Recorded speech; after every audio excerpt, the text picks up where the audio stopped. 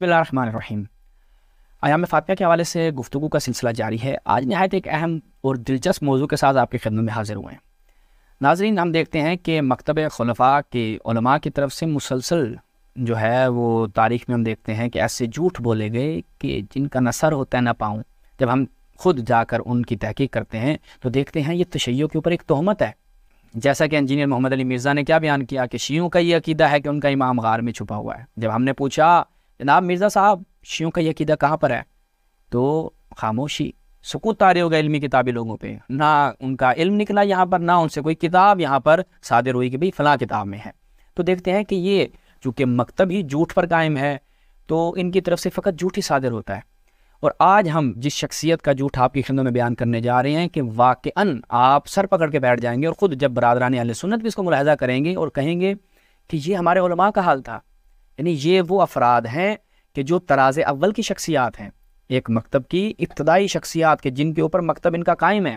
ان شخصیات کی جب یہ حالت ہے، وہ جب اپنے مکتب کو بچانے کے لیے اور تشیع کو مورد الزام قرار دینے کے لیے جھوٹ کا سہارا لیتے ہیں تو باقی عوام کا تو کوئی قصور نہیں ہے۔ اب جناب زہرا سلام اللہ علیہ کی شہادت، جناب زہرا کا غضبناک ہونا، یہ ایک ایسی ہڈی ہے جو ان کے گلے میں پھنس چکی ہے، نہ یہ اس کو نگل سکتے ہیں نہ اگل سکتے ہیں، چونکہ ان کی تمام کتب میں، بخاری مسلم سے لے کے تمام کتب میں آئے کہ جناب زہرا خلیفہ اول پر غضبناک ہوئیں۔ اب بضعۃ الرسول جس پہ غضبناک ہو جائیں، رسول اللہ نے فرمایا فاطمہ بضعۃ منی فمن اغضبها اغضبنی، اس نے مجھے غضبناک کیا۔ اب اگر کوئی جناب زہرا کو غضبناک کر رہا ہے تو وہ رسول اللہ کو غضبناک کر رہا ہے۔ رسول اللہ کو غضبناک کرنے والا، اذیت دینے والا، خدا کو غضبناک کرنے والا، اذیت دینے والے، اور اس کا کیا انجام ہے قرآن مجید اس کا واضح اعلان کرتا ہے۔ وہ بیان کرنے کی اصلاً ضرورت نہیں ہے، آپ خود جا کے قرآن میں ملاحظہ کر سکتے ہیں کہ جو رسول اللہ اور اللہ کو اذیت پہنچائے اس کا کیا انجام ہے۔ جھوٹ کیا ہے، ملاحظہ کرنے والی یہ بات ہے جناب۔ جب یہ بیچارے اس چیز کو ہضم نہ کر پائے کہ جناب زہرا سلام اللہ علیہ غضبناک ہوئی تو سرگرداں ہو گئے، تو اس کا انہوں نے کیا حل نکالا؟ اب انہوں نے کیا کیا؟ انہوں نے کہا کہ ایسا جھوٹ بولتے ہیں تاکہ ہماری جو ہے وہ کچھ عزت اور کچھ ہمارا بھرم رہ جائے۔ ملاحظہ کریں جناب، علماء دیوبند کا بہت ہی مشہور نام، جس کی مشہور زمانہ کتاب جو خود اس نے تشیع کے خلاف لکھی، تحفہ اثنا عشریہ، شاہ عبدالعزیز محدث دہلوی صاحب، یہ تشیع کے خلاف ایک کتاب لکھتے ہیں۔ اب دیکھیں جناب اس میں وہ کیا بیان کرتے ہیں، انشاءاللہ آپ کو لطف آئے گا ان کے اس جھوٹ کا۔ وَأَمَّا امامیہ پس صاحب محجاج السالکین وغیر او از علماء ایشان روایت کر دیں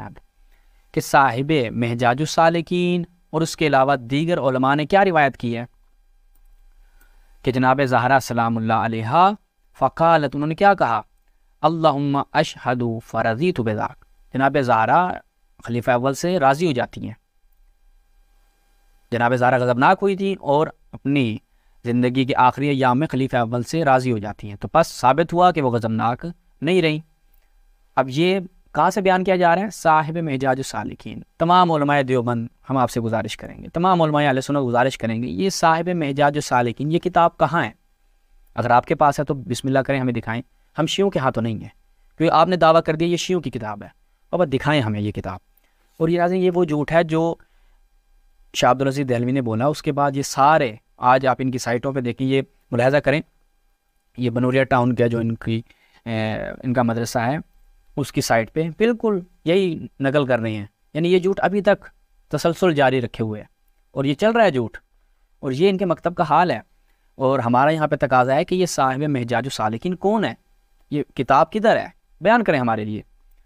اچھا جی، اس کے بعد کہتے ہیں اینست عبارت مرویہ در محجاج السالکین و دیگر کتب معتبر امامیہ، بسم اللہ کریں، دیگر کتب امامیہ معتبر یہاں پر بیان کریں کہ جہاں پر یہ معتبر روایت آئی ہو کہ جناب زہرا خلیفہ اول سے راضی ہو گئی تھی، بسم اللہ کریں بیان کریں۔ ہم تمام علماء اہل سنت کو، تمام علماء دیوبند کو یہ دعوت دیتے ہیں کہ آئیں محجاج السالکین کتاب کھولیں، عوام کے سامنے رکھیں، یہ تشیع کی معتبر ترین کتاب، اس کے مصنف کا نام بتائیں کہ جناب زہرا خلیفہ اول پر راضی ہو گئی تھی، بیان کریں بسم اللہ۔ اچھا جی، اب کیونکہ شاہ عبدالعزیز دہلوی نے یہ جھوٹ بولا، اب باقی ان کے علماء چونکہ لکیر کے فقیر تھے، انہوں نے نہ کوئی تحقیق کی، تو وہ اسی جھوٹ کو لے کر آگے چل پڑے۔ ملاحظہ کریں اگلے ان کے ایک اور عالم صاحب، ان کی کتاب ہے السیوف المشرقہ و مختصر الصواعق المحرقہ۔ یہ کتاب کس کی ہے؟ خواجہ نصر اللہ ہندی مکی کی۔ یہ جناب اپنے اس کتاب میں کیا بیان کرتے ہیں؟ اب شاہ عبدالعزیز دہلوی نے جھوٹ ایک بولا تھا اور یہ بھی سارے اب اسی پہ چل وَرَوَى صاحب محجاج السالکین وغیرہ من علماء شیعہ، کہ صاحب محجاج السالکین اور اس کے علاوہ دیگر شیعہ علماء نے کیا بیان کیا ہے کہ جناب زہرا سلام اللہ علیہ خلیفہ اول پر راضی ہو گئی تھی۔ نیچے اسی کتاب کے محقق نے دیکھا کہ یہ محجاج السالکین تو میں خود پہلی دفعہ سن رہا ہوں، محقق بھی بیچارہ پریشان ہو گیا، اس نے کہا لم اجد له ذکرا فی الذریعہ، وہ کہتے ہیں میں نے الذریعہ الی تصانیف شیعہ، جو کہ بزرگ طہرانی صاحب کی کتاب ہے، تشیع کے ہاں جتنی بھی تشیع کی کتب ہیں انہوں نے الذریعہ میں جمع کی ہیں، وہ کہتے ہیں میں نے اس 25-26 جلدیں کنگال ماری، مجھے محجاج السالکین نامی کتاب نہیں ملی، نہ اس کا مصنف ملا ہے، لیکن ان صاحب نے دعویٰ کر دیا کہ جی محجاج السالکین میں اور دیگر علماء شیعہ نے اس روایت کو بیان کیا ہے، یہ ان صاحب کا جھوٹ ہے۔ اس کے بعد ملاحظہ کریں دیوبند علماء کا ایک اور بہت بڑا نام محمد عمر سربازی نقشبندی، ان کی یہ کتاب ہے خلفائے راشدین از دیدگاہ امیر المومنین علی بن ابی طالب، یہ بھی جناب یہ ان کے پائے کے علماء شمار ہوتے ہیں۔ ناظرین یہ بھی کیا بیان کرتے ہیں، انہوں نے تو خیر حد کر دی، صاحب محجاج السالکین، خیر انہوں نے مجاج السالکین لکھا ہے، یعنی جو کہ عبدالعزیز دہلوی نے نام لکھا۔ خوب اگر کسی کو یہ کتاب ملتی ہے تو یہ کتاب پیش کر دے، یہ نہ کوئی بعد میں کہے کہ جی اصل میں لفظ تھا مجاج السالکین یا مجاج السالکین میں حجاج غلط انہوں نے استعمال کیا یا غلط لکھا گیا، ٹائپنگ مسٹیک تھی۔ بابا مجاج السالکین ہے، محجاج السالکین ہے، جو آپ کا دل کرے یہ کتاب ڈھونڈ کے لائیں۔ آگے کیا کہتے ہیں، کتاب معتبر اہل تشیع، تشیع کیا ہے، بڑی معتبر کتاب ہے کدھر نہیں پتہ، موجود نہیں ہے، ٹھیک ہے، لیکن تشیع کی بڑی معتبر کتاب ہے، کدھر ہے بھائی وہ کتاب، ہمیں دکھائیں آگر۔ اس میں کیا بالکل یہی چیز نقل کرتے ہیں کہ خلیفہ جناب زہرا کے پاس جاتے ہیں اور کہتے ہیں کہ جو آپ کے والد اس مال کے ساتھ کیا کرتے تھے میں بالکل ویسا کروں گا، اور جناب زہرا کہتے ہیں اللہم اشہد فرضیت بذالک، میں جو ہے وہ اس پر راضی ہوں، جو تم کہہ رہے ہو کہ میں رسول اللہ کے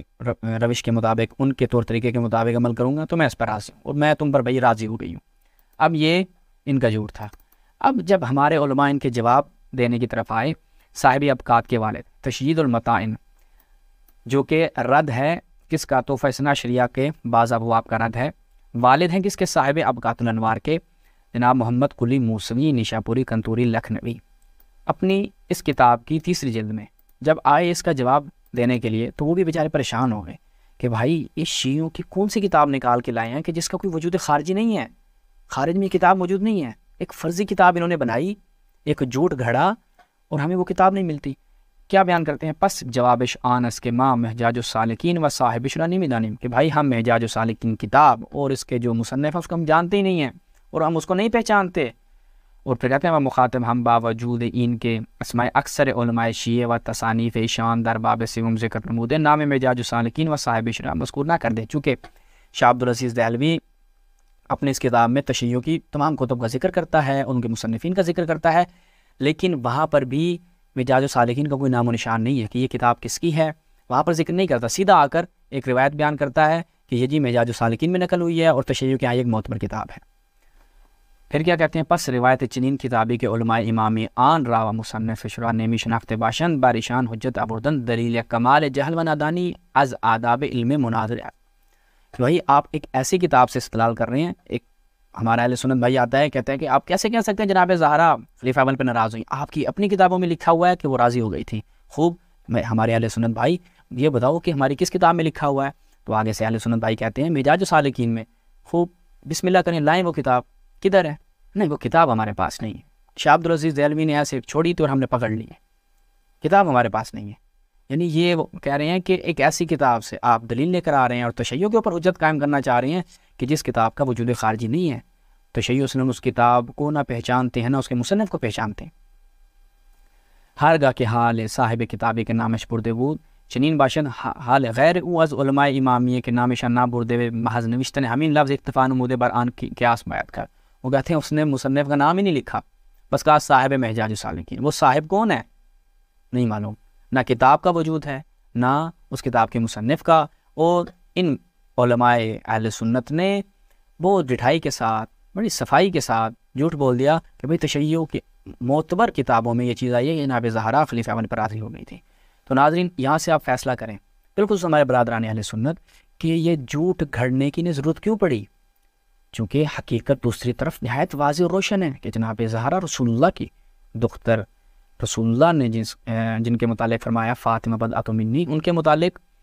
کیا ہے کہ وہ غضبناک ہوئی تھیں۔ اب اس معاملے کو تھوڑا سا